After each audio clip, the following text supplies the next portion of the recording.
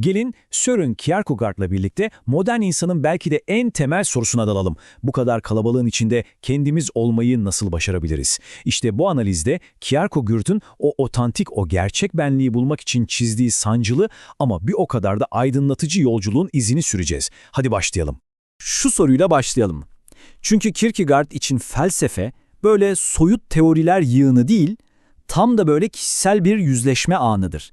Hani hepimizin hissettiği o uyum sağlama baskısı, popüler olma arzusu var ya.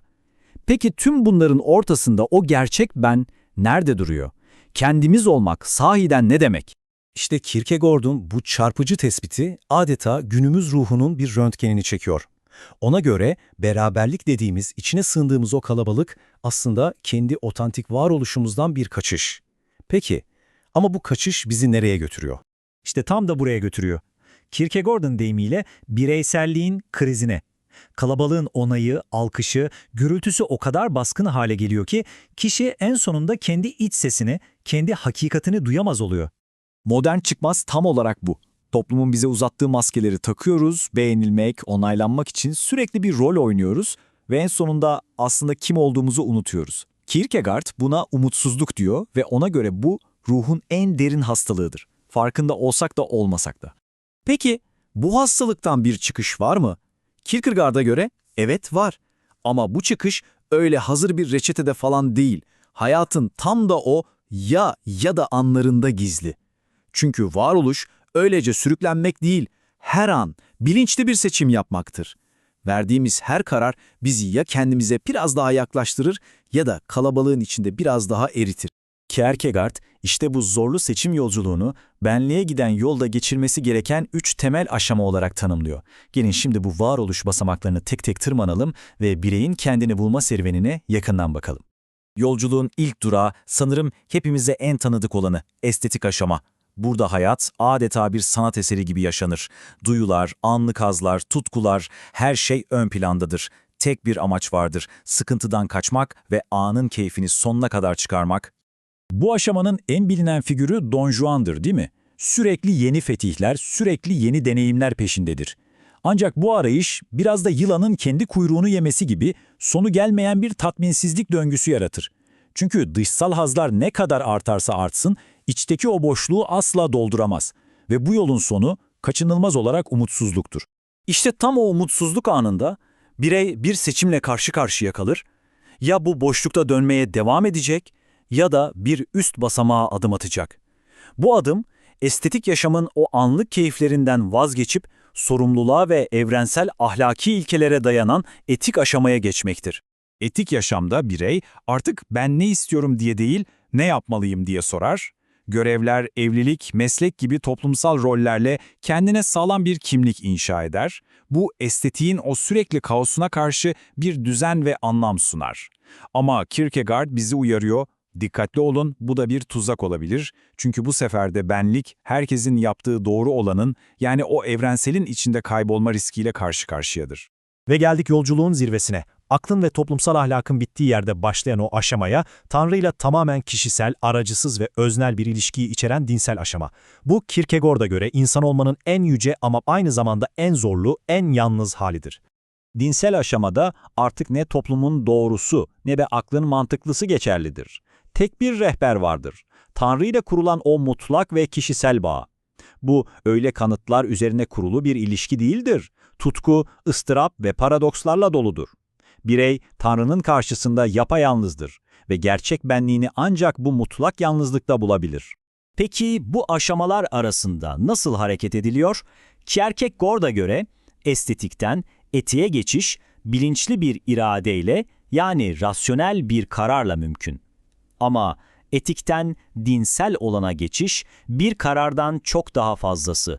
Bu aklın tüm güvencelerini terk etmeyi gerektiren mantık dışı radikal bir eylemdir. İşte o radikal eylem bizi Kierkegaard felsefesinin tam kalbine, en meşhur ve en sarsıcı kavramına getiriyor. Aklın sınırında yapılan o cüretkar iman sıçrayışı. Bu sıçrayışın ne demek olduğunu anlamak için Kierkegaard bize iki figür sunuyor. Bir yanda trajik kahraman Agamemnon var. Halkının selameti gibi evrensel bir iyi için kızını feda ediyor. Acı çekiyor Ama eylemini anlıyoruz, değil mi? Ahlaken anlaşılır bir şey yapıyor. Ama diğer yanda İbrahim var, yani iman şövalyesi. Tanrı'dan gelen ve evrensel ahlakı, yani öldürmeyeceksin emrini hiçe sayan absürt bir emirle karşı karşıya. Onu kimse anlayamaz. O, Tanrı karşısında yapayalnızdır. İşte Kierkegaard'ın iman tanımı tam da bu. Kanıtlara dayalı, akla uygun bir inanç değil. Tam tersine, aklı aşan, paradoksal ve absürt olanın karşısında hiçbir güvenceniz olmadan yaptığınız o tutkulu ve öznel atılımdır. Nesnel kesinliğin bittiği yerde iman başlar. Bu yüzden de risk olmadan iman olmaz.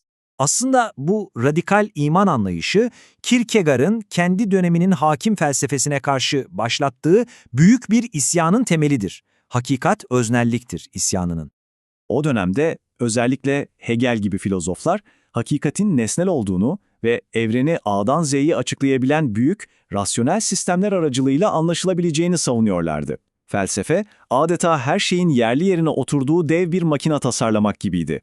Kierkegaard için bu devasa sistemlerin tek bir büyük kusuru vardı. İçinde yaşayan, korkan, seven, acı çeken ve en önemlisi seçim yapan o tekil bireyi unutuyorlardı. Ona göre evrenin tüm sırlarını açıklayan bir formüle sahip olsanız bile bu sizin kişisel umutsuzluğunuza zerre kadar çare olamaz. Ve işte bu noktada o meşhur tezini ortaya atar. Hakikat öznelliktir.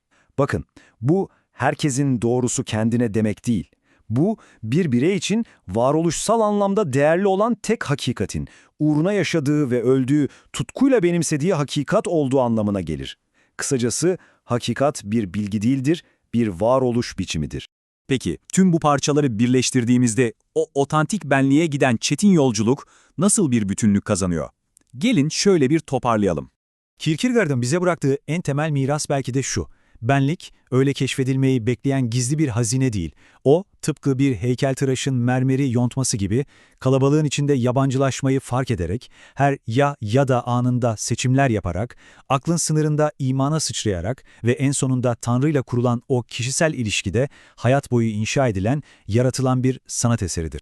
Ve bu felsefi yolculuğu en başta sorduğumuz o kişisel soruyla bitirelim. Sizin varoluşsal yolculuğunuz şu anda hangi aşamada? Estetiğin o anlık hazlarında mı? Etiğin güvenli ama dar kalıplarında mı? Yoksa dinselliğin o yalnız ve çetin zirvelerine doğru bir sıçrayışın eşiğinde mi?